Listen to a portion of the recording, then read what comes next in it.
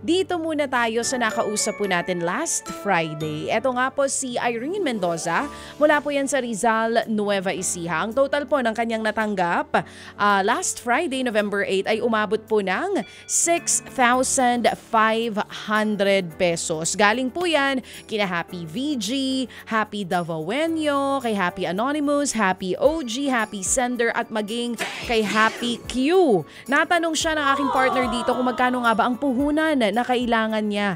Nabanggit ni nanay na 4,000 pesos at higit pa po doon ang kanyang natanggap galing po dito sa mga ating Happy Anonymous. Nagpadala po siya agad ng update sa kwento niya sa atin noong Biyernes. Ito ang patunay na lahat ng mga sinabi niya last Friday, pawang katotohanan lamang. Tingnan natin to kasi kung nakapagsimula na ba siya ng kanyang hindi pa. O sige, hintayin natin. Kapag nakita natin ang lahat ay nagsimula na, malay nyo, di ba? Meron pang dagdag. Go girl! Eto na mga kapatid, ang video na ipakikita po namin sa inyo. Meron po dyan yung natanggap niya na mismo yung pera, video ng kanilang bahay, video po ng kanyang buong pamilya, maging video ng kusina na gagawin niya pong tindahan sa ibinigay pong pamuhunan ng ating mga Happy Anonymous. Ito po mga kapatid, panoorin at pakinggan niyo po.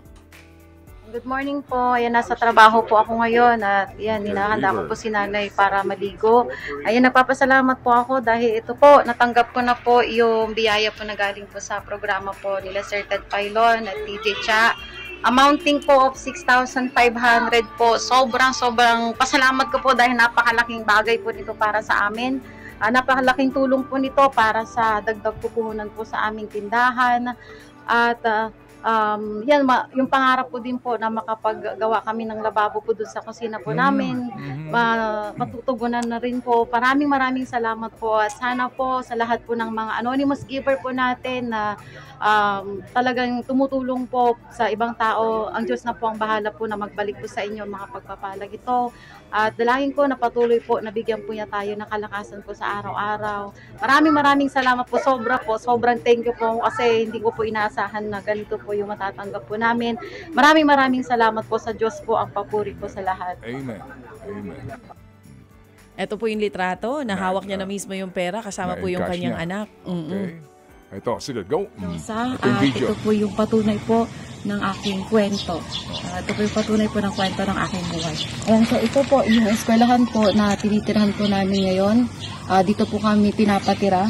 Bali ito, eskwelahan po na ito is from grade 11 tsaka grade 12 po siya. So tara po. Naka-uniforme ng caregiver pang caregiver. Kasama po yung kanyang maliit na anak. Naglalakad po sila dito sa Home Academy kung saan sila naninirahan. Okay, nakikita sila dito at dito ho yung kanilang tindahan daw po at nakikita ho sila. Ito po yung eskwelahan po ito na buo. Tapos ang bahay po namin is doon na po siya sa dito. Ito ang aking pamilya, aking po asawa, si Billy. Ito po yung panganay po namin, si Harmonica at ito po si Kuya Gio. And kami po yung nakatira po dito sa bahay. Po yung kantin po namin na binabantayan po ng aking asawa. Ito na po yung pinaka-kusina po namin na ginawa ko na pong kantin po namin. Ayan, ito po yung mga paninda po namin. Sabado po ngayon kaya wala po mga estudyante. Konti lang din po yung paninda. Ito po yung pinaglulutuan po namin ng siomay, tsaka siopaw. Ayan, so ito po yung pinaka-kusina po namin.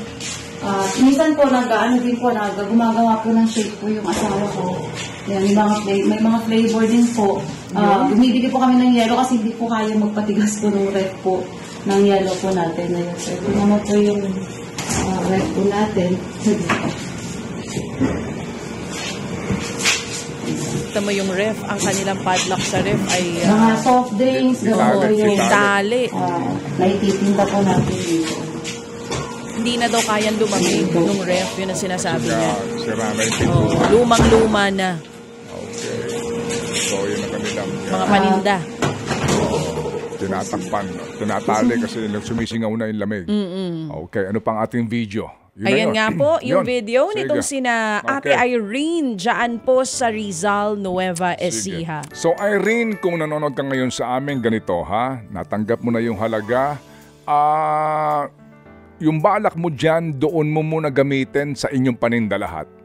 Tapos yung sinasabi mong pagpapagawa ng lababo ninyo, bigyan mo kami ng estimate separately. Magbigay ka sa amin, we will call you back and we will give you the money. Huwag mong galawin yung puhunan doon sa puhunan talaga ninyo. Gusto namin makita lumago itong inyong mga paninda na ito. Yung lababo na yon, sinong gagawa nun, paano gagawin, bigyan mo kami ng estimate. At ngayon pa lang sinasabi na kaagad ng ating Happy Anonymous, huwag mong problemahin yan. Madaling bagay lang yan. Ang gusto namin makita ngayon, yung pagpapaunlad sa kabuhayan ng mister mo habang siya nandoon sa inyong tinitirhan sa eskwelahan na iyan at ikinaghahanap buhay ng marangal bilang isang caregiver. Amen. Okay? At yung refrigerator ninyo, dyan lang muna yan. Okay? Talian nyo lang muna yung refrigerator na yan. We will take it one at a time. Amen. Lababo muna at pag-usapan natin yung ref na iyan. Walang problema kay Chacha yan. Naku. Walang problema kay Happy Kay. As I always say, maliit na bagay. Oo. Maliit na bagay kanino? Sa'yo. Okay. Thank you. Kala mo. Okay, kanino kayo sige po. tuturo. Uy, pero Sige, nakakatuwang si Happy makita Kay, po salamat ito. muli. Happy Dabawenyo, Yes. Happy VG. Yes. Alright, so sa lahat po ng ating mga Happy Anonymous, muli po salamat na marami. Hindi po sa amin galing yan sa mga tao pong nagmamalasakit nang hindi mo lang po humihingi ng anumang pong pagkilala. Muli, thank you very much. Okay, sige. So, ang pangalan niya si Irene, right? Si Irene Mendoza mula nga Okay. po sa Rizal, Nueva Ecija. Pero, Sige, Irene, ha? Irene, abangan namin, ha?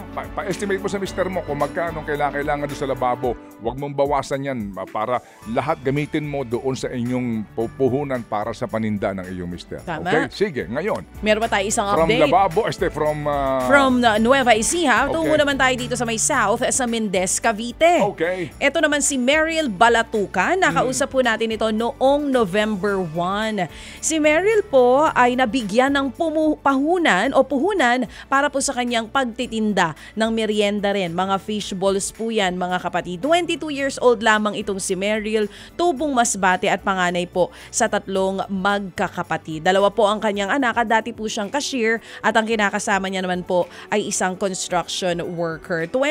Siya po ay nagsimula na manood sa atin sa 1PH last year po yan, mga kapatid. Ito pong 3,500 na ang pinag-ambag-ambagan ng ating mga Happy Anonymous ay galing kay Happy Ninong, kay Happy K at nagbigay din si Happy OG maging si Happy Sender. Kaya po umabot yan ng 3,500 pesos. Ngayon silipin natin kung ano na ang update dito po sa buhay ni Nanay Meryl. Meron siya mga videos na pinadala sa atin, mga kapatid.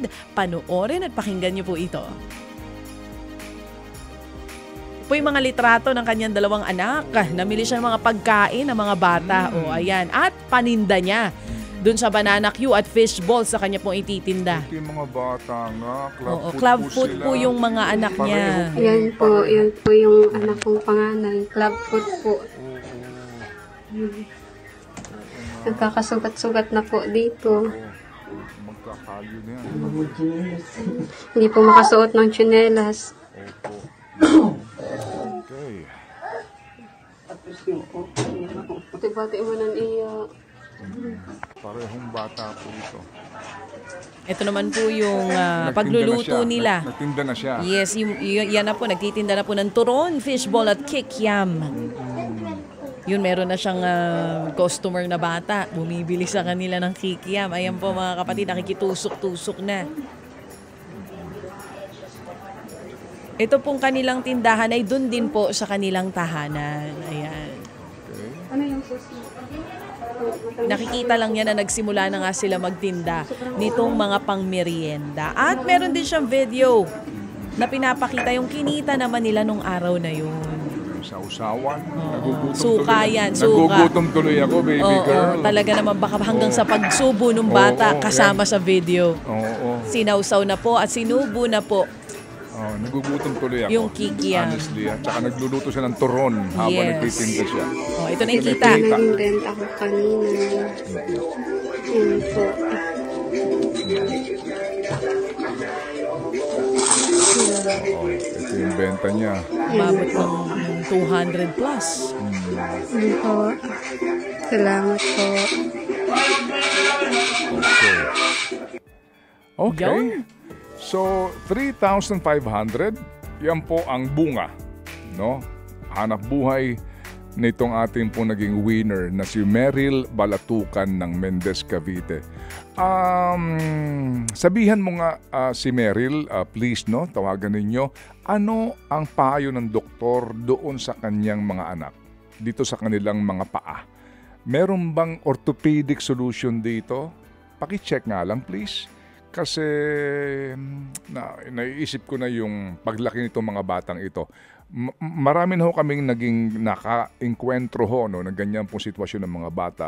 Again, doon sa aming pong pagtugon sa Yolanda victims, sa aming pamimigay po ng libu-libong uniforme pang school pati sapatos. Meron kami mga ganyan na na-encounter, no? Mahirap po kasi pag matanda na po yung bata, mahihirapan na po yung orthopedic solution, kumbaga. Anyway, baka lang Dimpy, matanong natin ano ang suggestion ng doktor dito, kinakailangan ba dito ng kung ano mang kaparaanan para makorek yung paanong bata. Ano ito, genetic, kasi parehong anak niya, pareho po ang sitwasyon. Yung pong mga paa ay 7, pareho pong mga paa nila. Alright, sige. So, tawagan mo ulit si Meryl. Hindi tayo nangangako, pero gusto lang natin malaman kung meron bang suggestion dito ang mga doktor at kung anong solusyon at kung sakasakali ano ang kailangan. Amen? Salamat po muli na marami. Sa nagtulong-tulong si Happy Ninong po, yung kanyang mga panghuling tulong din po dito sa ating pong pinag-aambag-ambagan. Si Happy OG, ay si Happy Anonymous of course, at maging si Happy Sender. Umabot nga po ng 3,500 pero naging puhunan na po ito para po sa kanilang kabuhayan. Muli po, maraming salamat po sa inyong lahat. Thank you so much. Meron ba tayong isang break bago tayo tumunghay sa ating panayam at ang ating winner? Batiin ko lang ng maligayang pakikinig po sa radyo dahil nga po itong si Rod, itong aking mahusay na sastre sa ating dating Amerikana. Si Rod ay nakikinig ngayon sa 105.9 True FM. Thank you very much. Salamat na marami, Rod, sa iyong pakikinig. At siya nga daw ay nagtaka nga ba't tayo daw napalipat. Ganun talaga ang mga buhay-buhay sa mundo.